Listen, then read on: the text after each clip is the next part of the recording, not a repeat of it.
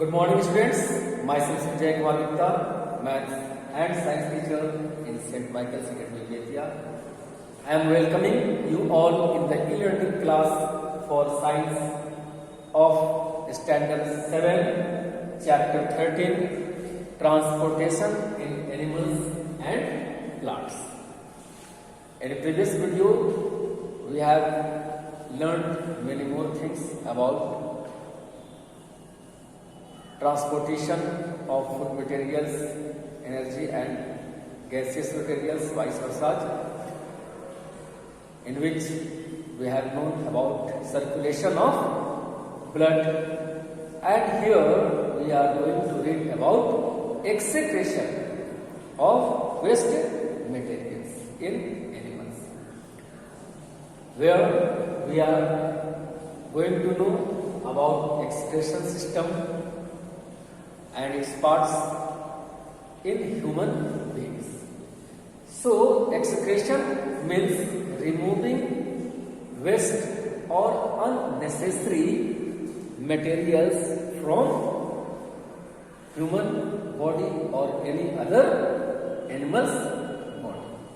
So, this process helps us to keep us fit, because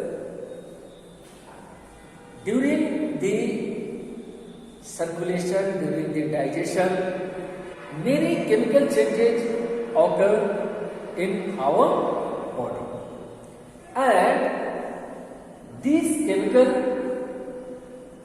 changes, these chemical reactions produce some byproducts. These byproducts may be solid, gaseous, as well as chemical. So, they are removed from our body to make us healthy. So, first of all, we have to see what type of major body wastes. As I told you earlier, there are gaseous waste, solid waste and chemical waste. In gaseous waste, carbon dioxide is generally formed, which is produced by the respiratory system. During respiration, these byproducts produce. Solid waste, in which feces produce, they are produced during digestion by digestive systems, in which undissolved materials are found, and in chemical waste, urine and sweat are to be found, which are mixed with water, salt and urea. These are excreted by skin and excretory system. So, here you can find that respiratory system, digestive system and skin and excretory system work for the excretion of these waste material. Here you can see the picture of excretory system found in human, where kidney, renal artery, renal vein, urethra, urinary bladder, urethra and urinary opening has been given. So, kidney is being said brown colored organ found in human body, and here you can find that renal artery. This artery helps us to bring the waste blood in the lungs, about which you have been taught in previous video. As soon as the waste blood come here, now renal vein remove the waste material from and sent to the kidney, where it is to be filtered, and the rest blood are sent to the another part as left auricles. Now there a pair of urethras given which bring the waste materials in the urinary bladder. This urinary bladder work as a bag which collect the urines from our body, and this urine is mixed with urea, water and some salt sugars are here. तो इसमें वो urine जमा होता है जिसको urethra में भेजा जाता है, और यूरेथ्रा के द्वारा यह यूरिनरी ओपनिंग होते हुए हमारे शरीर से बाहर आ जाता है. Now here aorta given which just remove the waste materials and send to blood to body. About this we can know in detail through our book. So students, very fastly I will read the book and try to get understand. So pay attention and get more knowledge. Excretion in animals. Numerous biochemical reactions occur round the clock in all living cells. They produce a variety of waste products like carbon dioxide, ammonia and other nitrogen compounds. If they accumulate in the body, they may prove to be toxic. Student, जैसा कि आपको बताया गया कि हमारे शरीर में कई जैव रासायनिक प्रक्रियाएं होती रहती हैं, और इन प्रतिक्रियाओं के फलस्वरूप कई प्रकार के गैसें जैसे कार्बन डाइऑक्साइड, अमोनिया और दूसरे नाइट्रोजन युक्त यौगिकों का जन्म होता है जो हमारे शरीर के लिए विषैले साबित होते हैं. The process of removing toxic waste from the body called excretion and the organs that remove these toxic wastes are called excretory organ. तो यह प्रक्रिया जिससे हम इन विषैले चीज़ों को अपने शरीर से बाहर करते हैं वही उत्सर्जन या एक्सक्रीशन कहलाता है, और वैसे अंग जो इन चीज़ों को बाहर करने के लिए उत्तरदायी होते हैं उनको हम उत्सर्जन अंग के नाम से जानेंगे. Now types of body waste about which you have learned just now on the board. So there are 3 types of waste and the system used to eliminate them. As excretory system in human beings. Excretory system in human has a pairs of kidney, a pair of ureters and a urinary bladder and urethra. तो जैसा कि अभी आपने board पर देखा है कि हमारे एक्सक्रीटरी सिस्टम में एक जोड़े किडनी, एक जोड़े यूरेटर, यूरिनरी ब्लैडर और यूरेथर्स आते हैं, as you can also see in the picture. Now about kidney. Kidneys are brown colored bean shaped organs present in the abdominal cavity, one on either side of backbone.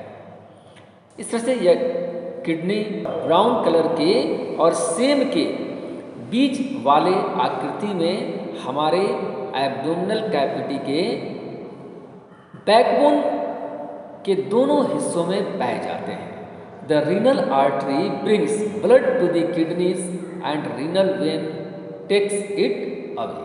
जैसा कि मैंने आपको पहले ही बताया कि रिनल आर्टरी का कार्य क्या होता है, किडनी में ब्लड को ले आना और रिनल वेन इनको फिर शरीर के दूसरे हिस्सों में प्रवाहित करने का कार्य करते हैं। While passing through the kidneys, blood is filtered and excess of water and nitrogenous waste are removed in the form of urine. तो जैसा आप जानते हैं कि जब यह किडनी से होकर पास करते हैं तो यहाँ ब्लड क्या होगा, छनता है, छाना जाता है और अत्यधिक पानी और नाइट्रोजन युक्त वेस्ट मटेरियल्स को यूरिन के रूप में हमारे शरीर से बाहर भेज दिया जाता है। The urine is removed from the kidneys by a pair of tubes called ureters. It is located and is stored in the urinary bladder and is finally disposed of through urinary opening located at the end of urethra. The urethra is a muscular tube. Students, about it you have been described on the board. An examination of urine gives an indication of the functioning of other organs in the body. A doctor asks the patient to get their urine examined in order to diagnose certain diseases. In case excess sugar, pus cells or other materials are found, it indicates that some organ of the body is not functioning properly. यानी sugar अत्यधिक होने की स्थिति में पस्सेल या जो दूसरे materials उसमें आ जाते हैं और यह इस बात का संकेत देता है कि हमारा शरीर का जो अंग है वो अच्छे ढंग से कार्य को नहीं कर रहा है। The presence of sugar in urine indicates that the person is suffering from diabetes. In this disease, sugar level increases in blood instead of moving into the cells to provide energy. तो diabetes की स्थिति में क्या होता है कि जो sugar हमारे शरीर में तैयार होता है इसको सेल में जाने की बजाय वह कहाँ चला आता है, वह सीधे हमारे ब्लड में ही रह जाता है और हमारे सेल को ऊर्जा प्रदान नहीं कर पाता है। Some of the excess sugar is carried out of the body through urine और परिणाम स्वरूप क्या होता है कि यह यूरिन के द्वारा जो शुगर होते हैं यह शरीर से बाहर चले आते हैं, जिससे हमारे शरीर को जितनी एनर्जी मिलनी चाहिए वह नहीं मिल पाती है और इस तरह से वह व्यक्ति डायबिटीज से पीड़ित रहता है। To diagnose this problem sometimes some patients are given treatment of dialysis. So let's know about dialysis. Removal of waste is important for all living organisms. Normal kidney function is essential for good health. Human beings have two kidneys. If one kidney is damaged, the other kidney fulfills the excretory needs. चूँकि आपको पता है कि शरीर को स्वस्थ रहने के लिए क्या जरूरत है कि हमारे शरीर से विषैले या जो वेस्ट मटेरियल्स हैं उनका बाहर होना चाहिए और इस कार्य को कराने के लिए हमारे शरीर में एक जोड़े किडनी होते हैं। अगर एक किडनी कार्य नहीं कर पाता है तो दूसरा किडनी उस कार्य को संपन्न करता है। But if both the kidney are damaged, the person cannot survive because of accumulation of toxic waste in the body. अब चूंकि दूसरा किडनी में खराब हो जाए तो क्या होगा, निश्चित तौर पर हमारे शरीर के जो वेस्ट मटेरियल्स होंगे वो फिल्टर नहीं हो पाएंगे और यह हमारे शरीर में ही जमा होने लगेंगे।